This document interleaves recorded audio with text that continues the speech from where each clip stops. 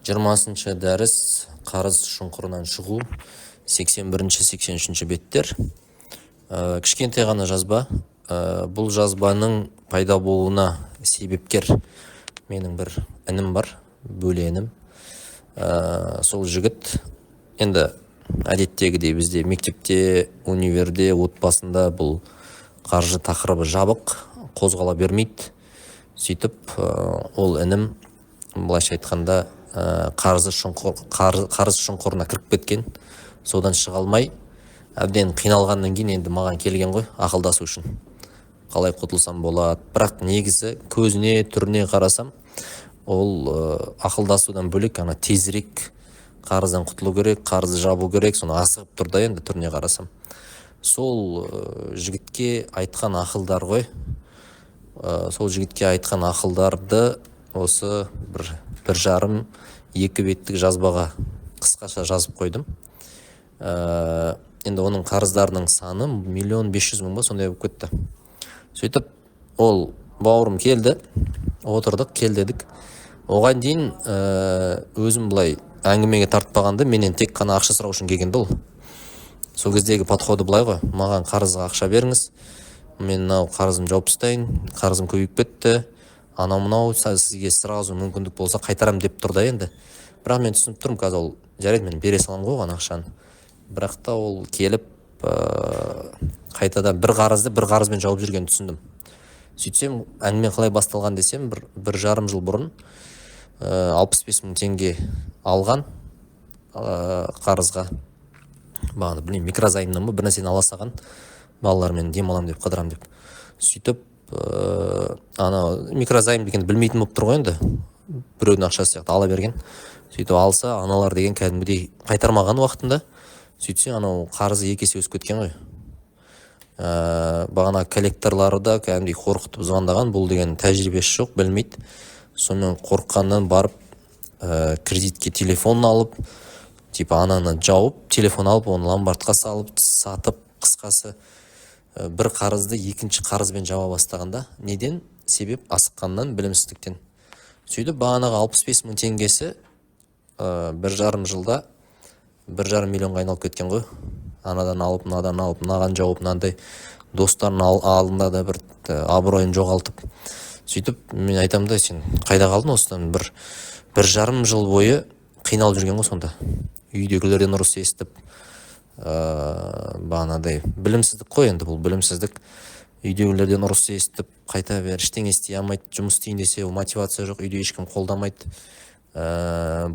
Тағы шығайын десе, телефонына қайта бер звондай береді, банктен, микрозаймнен, достар қайта бер, мазасын алады, что там, қашан қайтарасын деп. Сомен қарыздың шұңқырына батты жігіт. Егер де осыны бір жарым жыл бұрын ертерек ақылдасқанында, бір жарым жыл бұрын қаржы қағидаларын ең болмағанда оқығанында, бәлкім ол шұңқырға бұл батпайтын еді. Бұны долговая яма деп айтады орыс тілінде кітаптарда. Яғни бір қарыз екінші қарызбен жаба бастасаң, сен долговая яма, яғни сен уақытша бір обезболивающий сияқты бір қарызды азайтасың, қарыздың бір күшін, тауқыметін, бірақ қарыз ол көбейе береді да сенде. Сөйтіп мен алдымда, подожди, стоп дедім, тоқта дедім. Сосын сұрадым, енді мен достарым бар, неде істейтін, банкте істейтін, сол сұрадым да, мынау жігіт, осындай қарызға батып кетті, осындай ең жаман сценарий қандай болады дедім. Бұл үшін бір уголовный бір не бар ма дедім да, түрмеге отырғызып тастайтындай бір сондай қауіпті ма десем, жоқ, ең максимум жаман сценарий, счеттарын бұғаттап тастайды, арестке қойып қояды, шетелге шыға алмай қалады, сондай бір қиындықтар тудырады. Бірақ ең жаман сценарий сол дедім. Окей. Демек, енді бауырым бағанағы өте жауапкершілігі бар жігіт қой енді. Ол деген бір қарызды қайтара алмай жатқаны қиналып жатыр да. Ата-анасына ауыр жүк салғанына қиналып жатыр дегендей. Жауапкершілігі бар жігіт, жауапсыз жігіт емес. Бірақ бағанағыдай асыққаннан, аналар қысқандықтан ақшаны тез қайтарам деген үшін асыққаннан сөйтіп сол күйге түсіп тұр ғой. Біріншісі, бірінші кеңес сол, ең жаман сценарийді ойлау керек та. Ең жаман сценарий не? Окей, қайтарамадым, уақытымда не болады? Сөйтсем, мынандай нәрсе білдім мен, мәлімет. Микрозаймдерде пеня дейді ғой, бағана кешіктірген үшін сол максимум 2 есе ғана өседі екен. Мысалы қанша 100 мың теңге алсаң, ол өсе береді, саған айтады, осыншама сіз енді 200 қайтаруыңыз керек дейді да, болды. Заң бойынша сондай. Қазір енді өзгеріс болмаса сондай. Яғни ол мәңгі өсе бермейді, ол заңға қайшы мәңгі өсе беру. Яғни бір шекке барып тіреледі да 200 мың. Және одан кейін де микрозаймдармен келісіп, анау артық пеняларды алып тастауға болады. Яғни қанша алдың сонша қайтаратындай сондай пайыздарын ғана, азақ пайыздарын төлейтіндей ғана келісуге болады да. Яғни біріншіден сол ең жаман сценарийді ойлау, екіншіден бағанада асықпау. Жалпы мынау эмоционал интеллектте көп қаржылық шешімдер эмоционалды қозған күйде қабылданады да. Яғни асығыс күйде, бір қорқып тұрған кезде, қатты қорқып тұрған кезде, қашқан кезде, яғни эмоционал күйде қабылданады да шешімдер. Бірақ бұл жерде ақшаның жай цифрлар екенін есте сақтау керек. Және асықпау керек, эмоцияны басу керек. Эмоцияны басу үшін эмоционал интеллект деген ғылымда айтады, кідіру керек дейді да. Сәл тынышталшы дейді да. Сәл тоқтай тұр, ештеңе жер аударылып кетпейді. Енді мынау көбінесе осы аудио жазба көбінесе қазіргі жастарға арналады. Енді қарызға бата бастаған, мынау қарыздың ямасына кіріп кетпеу үшін сіздерге кеңес. Енді үлкен қарыздарға басқаша ақыл кеңес айтуға болады. Адамға қарызсың мысалы ше. Ол кезде басқаша айту керек. Бірақ мынау дәл осы кеңес, дәл осы жазба сол жас қыз жігіттерге арналады. Әзірге қарыздарыңыз үлкеймей тұрған кезде осыны ескеріңіздер. Бір қарызды екінші қарызбен жауап бермей кішкене тоқтау керек. Сосын не істеу керек? Коллекторлар, басқа біреулер асықтырады. Олардың асықтырған, олардың жұмыс екенін ұмытпау керек. Ол бонус алады, сол үшін аспаннан бұлт төндіруі мүмкін. Бірақ сен бағанада айттық, тоқтап бір. Саған қазір тоқтап ойыңды тыныштандыру өте маңызды. Шешім қабылдайтын сенсің да негізі. Сол үшін бағанада коллекторлармен былай сөйлесу керек та. Я, мен қайтарам, қандай бір жеңілдіктері бар, қандай маған қайтаруыма көмектесіңізші, қандай бір қатыра тұруға бола ма, әлде қалай пайызын азайтуға болады, қандай заңды жолдары бар, сөйтіп сөйлесу керек та. Ол мен көмекші ретінде, ол звондаған сайын маған көмектесу үшін звондап жатыр деп қабылдау керек та.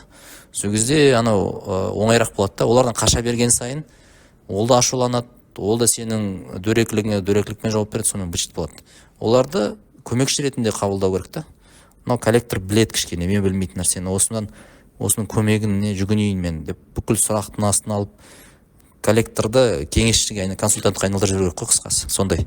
Содан кейін келесі қателігіңді мойындау керек, иә. Сосын бағана айттық, тоқтағаннан сен көп нәрсе жоғалтпайсың. Қанша қарыз болса да, ол бағана шексіз өсе бермейді ол. Қазақстан заңында бар ол. Шексіз өсе бермейді, ол тоқтайды бір. Екі есе сондай тоқтайды. Сол үшін енді итак баттың ғой қарызға, болды онда. Қарызбен жауап берме. Одан сайын жағдайды ушықтырып жібересің. Ол үшін күте тұр қазір. Я түсінемін, табыс көздерің жоқ, басқа жоқ, бірақ асықпау керек бұл үшін. Сондай кеңес кітапта жазылған, енді соны қазір тәпсірлеп жатырмын ғой.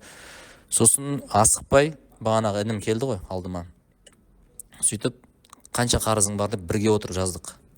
1,5 миллион екенін мен алдында отырғанда білді ғой ол. Анаған манша қарызбын, мынаған манша қарызбын деп. Сонда ол қағазға да жазып түсірмеген ғой, миында ұстай берген ғой. Оның миында бір білмеймін 5-6 миллион болып жүрген шығар ол қарыздар. Содан қате кетеді ғой. Ана орыстардың жақсы сөзі бар. Тупой карандаш лучше острого ума деген. Яғни осы кезде асықпау керек. Асықпау керек, яғни қағазға түсіру керек та. Нақты менің нем, қандай проблемам не деген сияқты. Сөйтіп қағазға түсірсек, бағанадай 1,5 миллион қарыз шықты. Оның ішіндегі шұғылдары қайсы, шұғыл еместері қайсы, срочный, не срочный қайсы. Сөйтіп сол қарыздарды есептей келе, бір срочный қарыздары бір 200 мың ба сондай екен. Уақыты тақап қалған, анау-мынау. Сосын мен айттым, давай онда мен саған көмектесейін. Мынау срочныйларын жауап берейін. Бірақ маған кейін қайтарсам болады, асықпай. Өйткені өзінің қолымен көтергенді өзі жасау керек қой.